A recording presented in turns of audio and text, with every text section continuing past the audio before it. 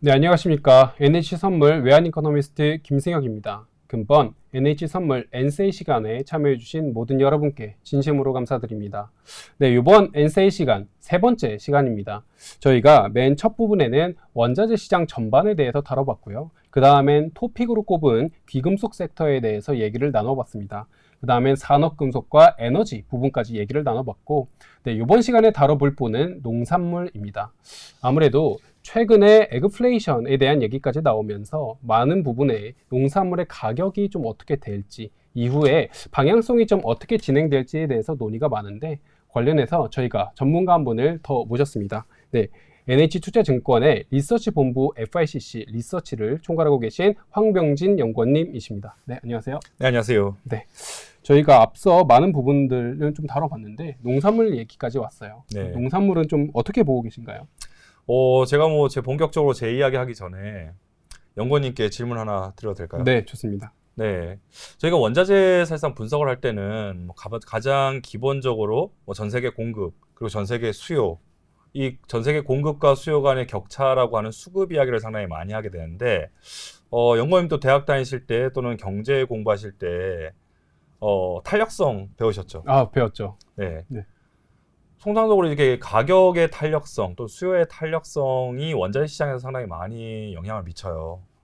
근데 농산물은 가격의 탄력성 또는 수요의 탄력성이 어떨까요? 농산물은 제가 알기로는 아무래도 저희가 필수로 소비를 해야 되는 부분이기 때문에 탄력성이 좀 낮은 부분이다라고 알고 있습니다. 맞아요.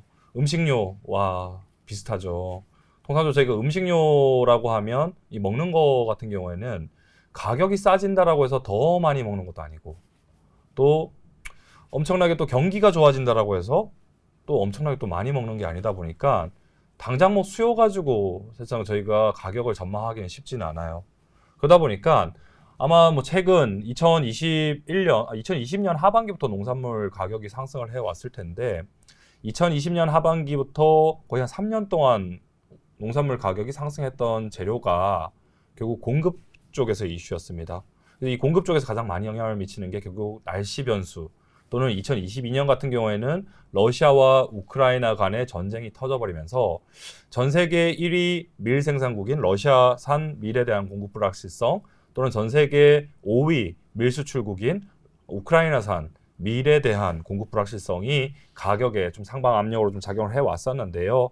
저희는 내년도 농산물 시장을 좀 전망함에 있어서 좀 장표에서 보시다시피 전쟁이라든가 이 기후 이변, 기상 이변으로 사실상 농산물 가격이 2020년 이후로 3년 이상 상승해 왔던 이 프리미엄들이 점차 조금 후퇴하는 국면들이 좀 연장이 될 거다라고 좀 보고 있습니다. 그래서 올해 수익률만 좀 간단하게 좀 살펴보면요. 올해 뭐 사실상은 2020년, 21년 또는 2022년과는 다르게 뭐 3년 동안 라니냐가 발생을 하면서 농산물 가격이 상당히 많이 올라갔던 것과는 다르게 올해도 저희가 기상 이변은 분명히 있거든요. 엘니뇨, 아까도 말씀하셨다시피 엘니뇨 이야기를 저희가 빼놓을 수는 없는데, 엘니뇨가 발생을 했는데 뭐 기상 이변 발생했으면 농산물 가격 올라야 되는 거 아니야? 라고 보셨던 분들이 아마 상당히 많으셨을 텐데요. 농산물 섹터 지수는 올해 상승하지 못했고 거의 한 5에서 6% 정도 하락하고 있습니다. 그래서 왜 하락했느냐? 근데 농산물 가격 올랐다던데? 라고 하시는 분들도 있거든요. 그래서 그런 부분이 뭐냐라고 보면요. 우선적으로 농산물 섹터 또는 농산물 지수를 구성하는 65%는 옥수수, 콩, 밀과 같은 곡물입니다. 곡물이 65%를 차지를 해요. 그래서 통상적으로 농산물 가격 올라간다라고 하면 곡물 가격이 올라가서 올라가는 거고, 반대로 농산물 가격 빠졌다라고 하면 곡물 가격이 빠지는 국면인데요. 올해는 엘니뇨가 발생했음에도 불구하고 이 곡물 가격들은 올라가지 못하고 오히려 빠졌습니다. 반대로 올해 농산물 가격 상당히 많이 올라갔어 라고 뉴스를 보셨던 분들이라고 보면 아마 원당 또는 커피, 코코아 또는 농축 오렌지 주스와 같은 농산물 섹터 지수를 구성할 때 35%, 사실상은 65%보다는 작은 비중을 차지하는 이 소프트 농산물들 가격들이 급등하다 보니까 올해 여기 검은색 라인 차트에서 보시다시피 소프트 농산물 가격들이 올해만 30% 이상 급등을 했습니다. 그래서 이들 가격들이 올라가다 보니까 농산물 가격 상당히 많이 올랐네라고 보시는 분들도 없지 않아 있으실 것 같아요. 그러면 올해는 곡물 가격이랑 이 소프트 농산물 가격이 좀 일부 차별화되는 현상들이 나타났었는데 그 이유는 뭐였냐라고 하면요. 결국 엘니뇨였기 때문이다라고 좀 보시면 좋을 것 같아요. 통상적으로 기상 이변이 발생을 하면 당연히 농사를 짓고 사실 농사 지을 때도 저희가 파종을 하고 경작을 하고 거기다 수확까지 하는 과정에 날씨 변수들이 사실상 좀 이상해지면 생산량의 공급 불확실성들이 사실상 높아질 수밖에 없어요. 근데 어디가 최대 생산국이냐가 가장 중요할 텐데요. 저희가 이제 곡물이라고 하는 3대 곡물 중에서도 옥수수와 콩 같은 경우에는 대두라고 부르기도 하는데 옥수수와 콩 같은 경우에는 전 세계 생산의 80%가 미국, 브라질, 아르헨티나에서 생산이 됩니다. 그럼 미국, 브라질, 아르헨티나는 다 동태평양 연안에 위치하고 있잖아요. 그러다 보니까 이들의 날씨가 어떻게 되느냐가 가장 중요한데 저희가 과거 3년 동안 곡물 가격이 올랐었던 당시에는 라니냐라고 하는 기상 이변이 발생을 했고요. 라니냐가 발생을 하게 되면 적도 태평양 지역의 동태평양, 특히 아메리카 대륙을 중심으로 한 동태평양 지역에는 해수 온도가 차가워집니다. 예년보다. 차가워지면 용승이 일어나지가 못해요. 그럼 강수량이 줄어들 수밖에 없거든요. 그럼 발생하는 게 뭐냐라고 하면 가뭄이 발생을 합니다. 그래서 가뭄이 발생을 하게 되면 농산물을 파종을 하고 작황하는 시기에 되면 가뭄 때문에 고사하는 애들이 상당히 많아지거든요. 그러다 보니까 아마 2020년 후반부부터 시작을 해서 2022년까지는 농산물 가격이 상승할 수밖에 없었던 이유가 특히 곡물 가격이 상승할 수밖에 없었던 이유가 동태평양을 중심으로 한 미국과 브라질, 아르헨티나의 가뭄 여파 때문에 곡물 생산량 전망들이 하향 조정되면서 곡물 가격의 상승으로 나타날 수밖에 없습니다. 근데 반대로 올해는 엘니뇨가 발생을 했는데 농산물 가격 안 올라가네 또는 곡물 가격 안 올라가네라고 나올 수밖에 없는 이유가 엘니뇨가 발생을 하면 동태평양 연안의 해수 온도가 따뜻해지고 여기서 용승이 일어나게 되면 강수량이 늘어나게 돼요.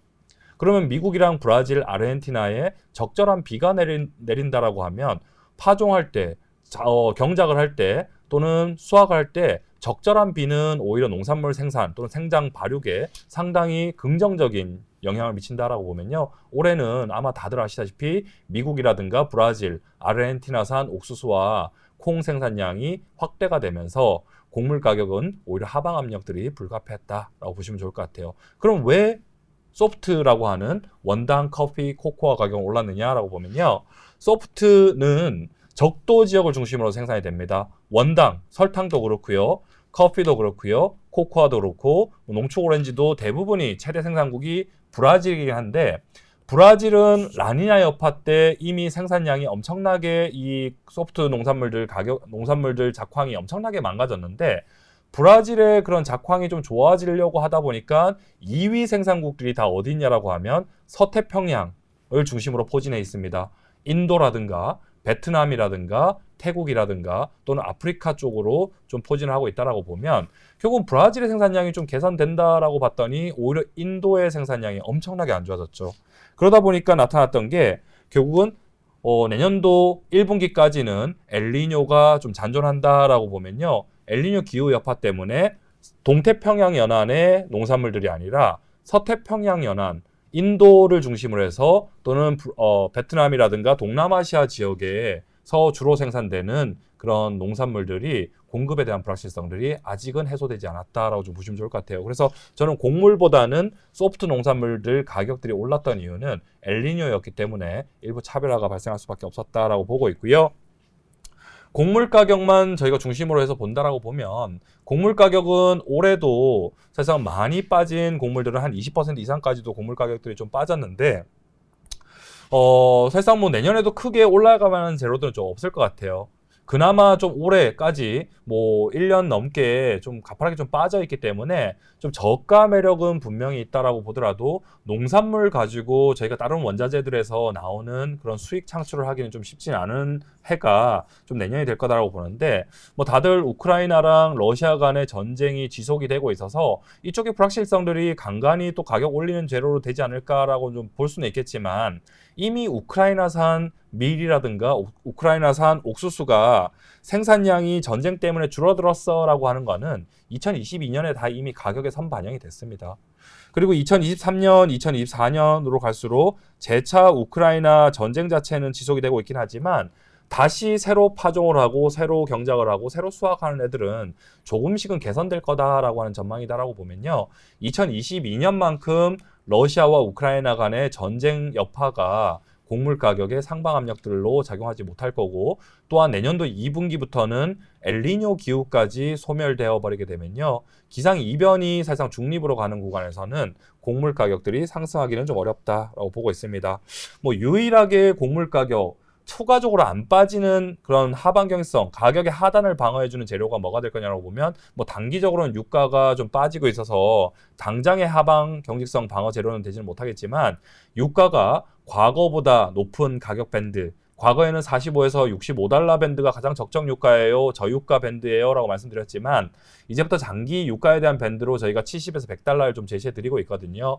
결국 평균 80달러권 유가가 장기화되게 되면 결국은 원유가 가격이 비쌀 때는 바이오 연료에 대한 수요가 높아지게 되고, 이 바이오 연료를 만들 때 통상적으로 바이오 에탄올은 옥수수로 또는 원당으로 만들게 되고요. 바이오 디젤은 곡물 중에서도 이 콩을 많이 사용한다라고 보면요. 결국 유가가 내년도 2분기 이후부터 재차 반등을 할 때는 2분기 이후에 그런 곡물 가격의 하방 경직성도 상당히 좀 강할 거다라고 좀 볼 수 있겠습니다. 뭐 그 점에서 하방 경직성의 요인들은 저희가 조금씩은 좀 찾을 수는 있는데, 뭐 곡물 가격이 내년도에 가파르게 올라갈 거다, 다시 또 에그플레이션 우려가 잔존할 거다라고 하는 부분들은 당장 저희가 말씀드리기는 지표들로 사실 확인되는 부분들은 좀 없다라고 좀 보시면 좋을 것 같고, 뭐 내년도에 저희가 선물로 좀 투자를 하신다라고 보면 결국은 롱숏 전략들을 저희가 좀 말씀드릴 수가 있겠는데, 결국은 옥수수, 콩을 가지고 롱숏을 좀 많이 하시거든요. 전략 투자하시는 분들은.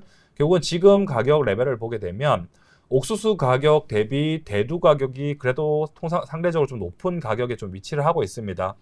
옥수수와 콩 같은 경우에는 뭐 저희가 먹을 수도 있긴 하겠지만 대부분의 수요가 사료용으로 많이 사용되거든요. 옥수수 사료가 가장 좀 많이 일반적으로 사용하는 사료라고 보면, 대두 같은 경우에는 저희가 크러싱을 한다고 하는데 대두를 이제 압착을 해서 나오는 액체는 대두유, 저희가 이제 뭐 튀김할 때 사용하시는 그런 콩기름이다라고 보면 거기서 나오는 찌꺼기들은 전량 사료 용도로 사용을 합니다. 그래서 좀 약간 필수 아미노산을 포함하고 있는 그런 사료가 대두 사료인데, 대두 사료가 너무 비싸면 다시 옥수수 사료로 많이 넘어가거든요. 그럼 지금 상대적으로 옥수수에 대한 가격 저가 매력이, 옥수수 가격이 더 많이 빠졌기 때문에 더 유효하다라고 보면 내년도 미국 농가들이 뭘 더 심을까?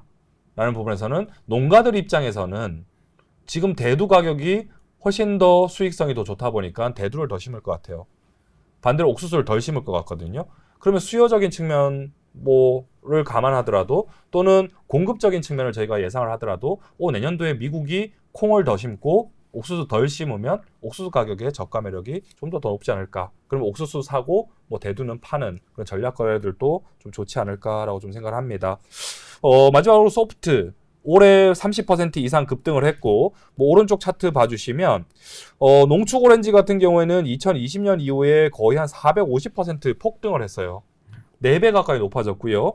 다른 소프트 농산물들도 농축 오렌지 지수가 차트상에서 워낙 많이 급등을 해 있어서 좀 미미하게 보이긴 하지만 최소 150에서 200% 가까이 좀 급등한 게 좀 소프트 농산물이다라고 보는데, 뭐 2020년 후반부부터 3년 연속 지속이 됐던 라니냐 여파, 그리고 올해 하반기부터 내년도 1분기까지 지속이 되는 엘니뇨 여파를 여실히 공급 차질 요인들로 반영을 하고 있다라고 보면, 저는 1분기까지는 소프트 농산물들 가지고 계신 분들은 아직은 추가적으로 좀 상승할 수 있는 여력은 있다라고 하더라도 좀 1분기에 가격 상승 구간에서 잘 차익 실현하고 나오는 전략이 내년도에는 소프트 농산물 투자 전략으로 좀 볼 수 있지 않을까라고 생각합니다. 그 점에서 농산물 지수를 그나마 좀 받쳐왔던 게 소프트 농산물, 올해 30% 올랐던 주요 재료였다라고 보면요. 내년도에는 소프트 농산물이 더 올라가기는 어렵기 때문에 농산물 섹터 전반적으로 곡물도 그렇고 소프트 농산물들도 그렇고 전반적으로 가격 자체가 상승할 만한 재료는 좀 없어 보인다. 그 점에서 상반기와 하반기 농산물 섹터에만큼은 저희는 중립적으로 좀 대응을 할 필요가 있겠다라고 말씀드리고 있습니다. 네, 우선 농산물 섹터에 대해서 좀 다뤄봤는데 말씀하신 부분을 요약을 해보면 우선 농산물 가격을 어느 정도 밀, 옥수수, 콩 이것과 이제 커피 이쪽으로 좀 소프트냐 소프트가 아니냐 이렇게 좀 구별해서 말씀을 해주셨던 것 같고요. 전체적인 농산물에 대해서는 아무래도 하락하는 흐름이 좀 더 우위를 보일 것이다. 다만 하반 경직성을 어느 정도 좀 줄만한 요소들은 아직까지는 있다. 예를 들어 뭐 전쟁 이슈라든지 이런 것들이 아직 남아 있고 날씨에 따라서 사실 이후에 어느 정도의 가격 변수라든지 이제 공급 쪽 면에 있어서 좀 변화가 일어날 수는 있겠지만 전체적인 방향성 자체는 좀 아래쪽이다. 이에 따라서 이제 상반기 정도 그리고 상하반기 정도에는 농산물 입장에서는 아무래도 중립적 의견을 좀 더 주셨습니다. 여기까지 우선 저희가 앞서 말씀드렸듯 원자재 시장에 대한 전반을 다뤘고 그 다음에 저희가 토픽으로 제시하고 있는 귀금속, 그 다음에 산업금속, 그 다음에 에너지 그리고 지금 시간인 농산물까지 다뤄봤는데요. 원자재 시장 앞으로 상당히 많은 불확실성이 놓여 있는 상황입니다. 내년 대선, 금리 인하 등 매크로 변수뿐만이 아니라 수급적 면에 있어서도 많은 불확실성이 남아있는 상황 속에서 오늘 세미나를 기반으로 많은 투자 판단이 적절하게 들어갔으면 좋겠습니다. 네, 그러면 저희 엔세이 시간은 여기서 마무리하도록 하겠습니다. 지금까지 시청해 주셔서 정말 감사합니다. 감사합니다.